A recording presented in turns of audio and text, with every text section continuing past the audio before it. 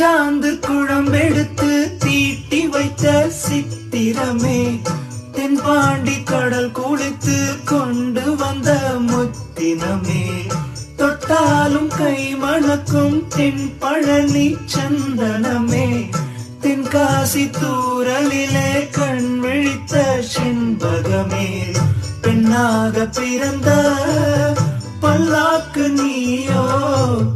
ஈரேழு உலகில் ஈடாக யாரோ, நெஞ்சோடு கூடு கட்டி கூவும் குயிலோ,